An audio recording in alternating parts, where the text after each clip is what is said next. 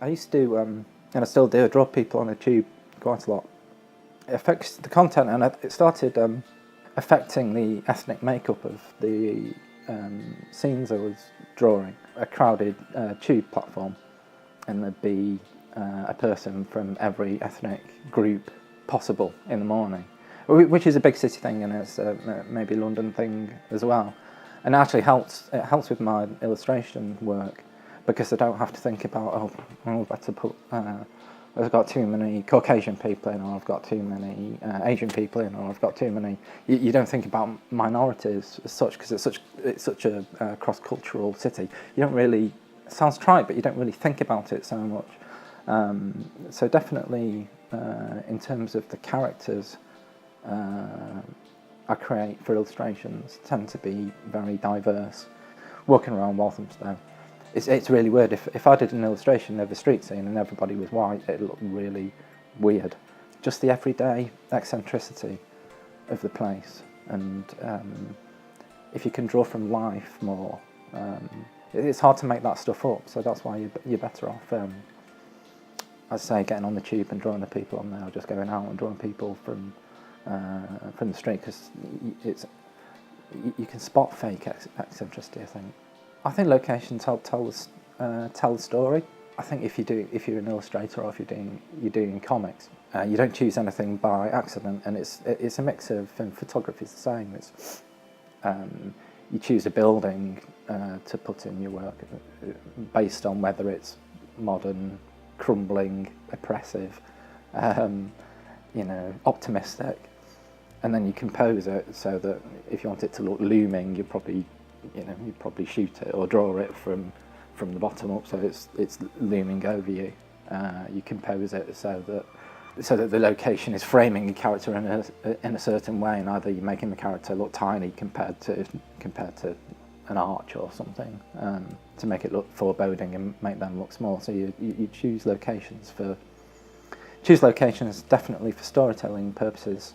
Everything you choose has to serve a storytelling purpose, otherwise it's just decoration, and it might as well not be there. I took to walking around a bit to get some air, and also just to see some stuff, and walked past the Old Bailey, and one of the judges or prosecuting attorney or whatever was stood outside the Old Bailey in the black gown and with a wig on, having a fag break. And it was this lady having a fag break in the sort of alcove of the Old Bailey, and it's such a sort of odd image that I had to do an illustration of it. So it's not so much locations, but you see what would you call them, tableaus, to be pretentious, scenes. And again, I'd struggle to make that up. You're on the bus and you might see someone coming back from the Notting Hill Carnival with a big feathered headdress and stuff on, and especially in London, nobody bats an eyelid, because it's so weirdness is normal, I think, in big cities. I'm right on the fringes of the British comic scene, having not been doing it for very long. It's a big scene and a small scene at the same time. I think, like a lot of industries, advertising, graphics is the same. There's sort of hundreds of agencies, but everybody knows each other. It's full of individual people doing their individual things. From people on the outside, it feels quite impenetrable, I think, for people who don't read comics, and I think it's a problem.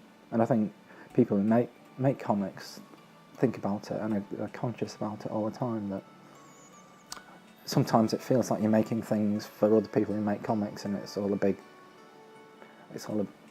scene that kind of celebrates itself. In creating something of yourself, writing and drawing and printing and doing this thing, it's a megalomaniac's dream, isn't it? You're making a little film, and you're the cameraman, the director, you're the actors, the set dresser, and you do everything. So it's refreshing to know that, and it's rewarding to know that the thing that you've done at the end is yours. If you're very close to a project, you can't see where it's not making sense to somebody who reads it for the first time, because you can only imagine somebody picking up and reading your comic for the first time. You can't experience that at all. in terms of content inspiration, you're better off looking through a book of photography. And that's the same with illustration. The best way to do illustration is look at photography, don't look at illustration, because you'll just rip it off. Unknowingly, you'll rip it off. There's that thing that people say, everyone's got a book in them. I never had a book in me, but I probably had a comic.